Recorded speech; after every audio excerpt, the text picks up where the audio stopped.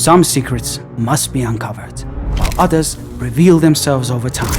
Years ago, when the burial place of King Richard III of England was lost, one of history's greatest mysteries was born. Centuries of myths and inaccurate stories surrounded this final resting place, leaving people wondering, where was Richard III really buried? But after more than 500 years, this great mystery slowly begins to reveal itself. In this video, using 3D reconstruction and historical documentation, we show how one of history's greatest mysteries was finally solved. If you're curious to discover the answers, let's begin. Before watching, make sure to subscribe to our channel, like this video, and stay with us. World of Untold Story.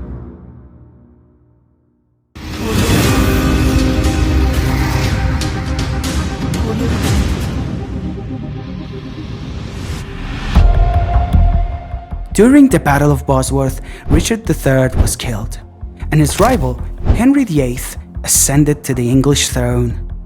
Richard's body was taken to the city of Leicester and displayed publicly.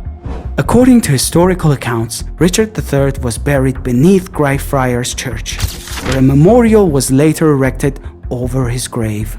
However, about 30 years later, King Henry VIII ordered a dissolution of the Catholic monasteries. Over the following years, churches and religious houses across England, including Greyfriars, were closed and demolished.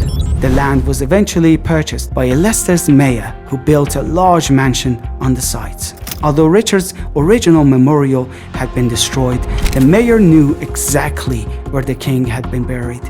For this reason, he created a new memorial within his state.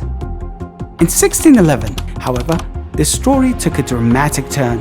John Shepherd, one of the most respected historians and map makers of this era, claimed that when Greyfriars was demolished, Richard's body had been removed from its grave by local residents and secretly buried beneath a nearby bridge. Although Speed provided no evidence for this claim, people wanted to believe the story. By the 19th century, the tale had become widely accepted. A memorial to Richard III was even placed near one of the bridges associated with the legend. A few years later, when a skeleton was discovered in the river, many people believed it belonged to the lost king. As the centuries passed, the supposed location of Richard's grave continued to change. The mayor's mansion had long since disappeared, and the church itself had vanished beneath the growing city. In the early 2000s, researchers launched a new effort to locate Richard III's true burial site. Historians re-examined contemporary documents and historical records. They also investigated John Shepherd's story in detail. Eventually, they discovered an important clue.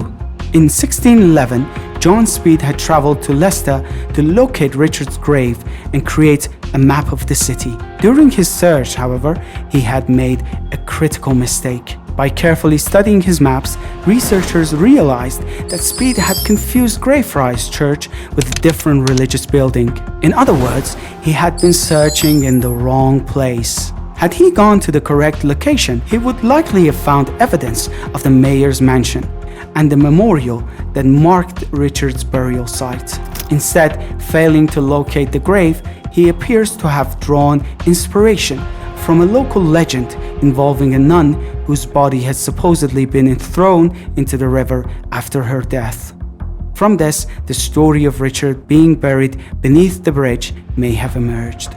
Once researchers became convinced that Speed's account was a little more than a legend, they were able to focus their investigation. Yet there was another challenge. Any visible trace of Greyfriars had been erased by modern development.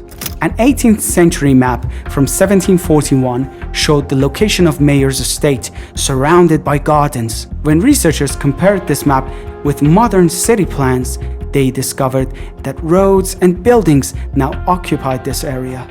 Much of the former monastery site had become residential housing, while part of it had been turned into a parking lot.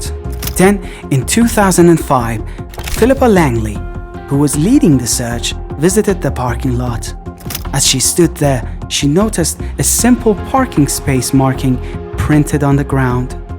Though it appeared ordinary, she felt strongly that this was the right place. Several years later, archaeologists finally received permission to excavate the site. They were not allowed to remove the entire parking lot, so they selected a few promising areas and began digging. Exactly 527 years after Richard III's burial, the search for the lost king had begun. The excavation was expected to last around 2 weeks, and the chances of finding Richard's remains seemed extremely small. Yet astonishingly, just 2 hours after digging began, the team uncovered a skeleton only a few meters from the parking space marking. The skull showed severe injuries and the spine displayed a pronounced curvature. These details were especially significant because Richard III had long been associated with a spinal deformity and was often described as having a crooked back. However, to prove the identity of the remains beyond doubt, the team needed to use every available scientific technique. One of the most important methods was DNA testing. Researchers traced Richard III's maternal bloodline through 16 generations and eventually reached a woman named Joy Brown. Although she had passed away, her son Michael was still alive. For additional confirmation, the researchers followed another branch of Richard's maternal line and identified a second living descendant, Wendy Doldig. DNA testing confirmed that both individuals shared the same maternal lineage. Before the DNA results were finalized, scientists also performed radiocarbon dating on the skeleton. Initially, the results suggested an age that differed from Richard's known date of death by several decades. However, researchers discovered that the individual had consumed a high-protein diet rich in seafood. This can distort radiocarbon dating results and make remains appear older than they actually are.